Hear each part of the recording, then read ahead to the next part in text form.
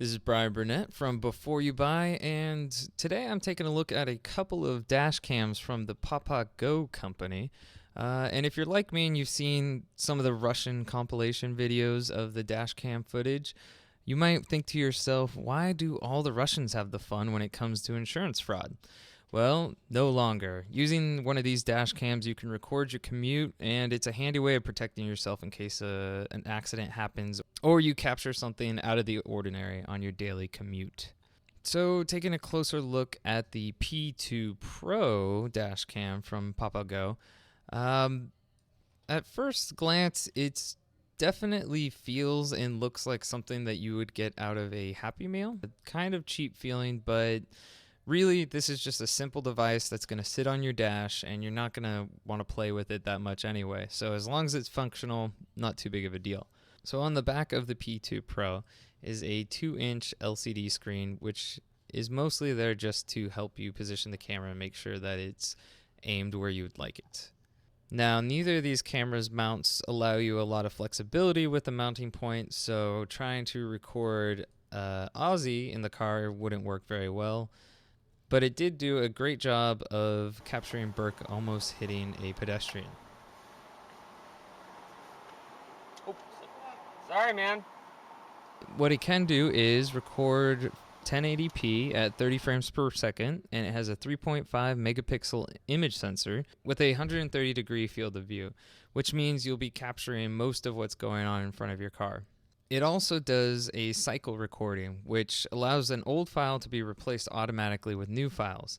It also has HDMI outputs for HD TV playback, and it has a camera speed warning, a built-in G sensor, and customizable sensitivity settings that automatically back up footage in case of a collision or some sort of other incident involving your car. I was able to convince Karsten and Burke to do some driving for me and get this footage. So Karsten took on the P2 Pro, and you can see the footage here is inside of a dark parking garage, so it does pretty well in low light.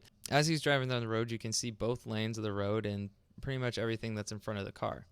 The P2 Pro comes with GPS, which keeps track of your position and monitors your speed. This could come in handy if you wanted to track the exact position of an accident or a route that you've been going on. It'll also pick up audio via a microphone on the bottom of it that allows us to listen in on Karsten's audiobook. But the other woman only stared at them. The anger had gone out of her. The next dash cam we're looking at is the PAPAGO GoSafe 330. Now, this is the $135 dash cam from PAPAGO, and it doesn't have as many features as the P2 Pro, but what it does have is a 2-inch LCD display on the back, and it records at 1080p at 30 frames per second, has a 5 megapixel image sensor, so things look a little bit more detailed. The color is a little bit better also, but again, this is a dash cam, so you're not going to be making videos out of it. And both of these dash cams have a active car safety system that if they detect an accident through the accelerometer, it'll automatically record the video so you don't have to worry about losing it. So the pros and cons for both these dash cameras is they're both extremely easy to use. Basically plug them in and start recording. The next pro is video. While it's not on the same caliber as a GoPro, it is good enough for capturing your daily commute.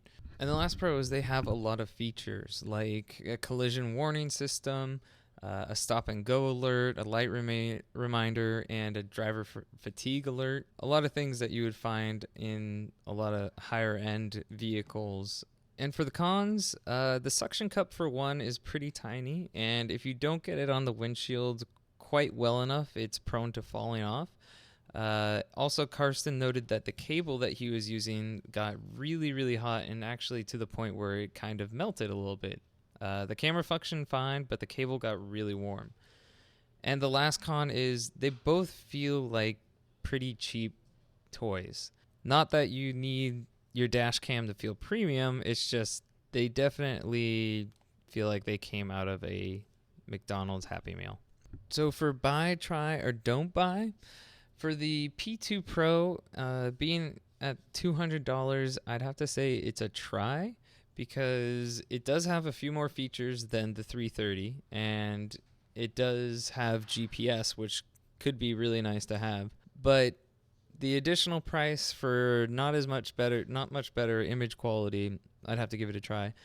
So the 330 I would give a buy if you're looking for a simple to use dash cam for every day. So this has been Bryan Burnett from Twit reviewing the PAPAGO P2 Pro and the GoSafe 330. Thanks for watching.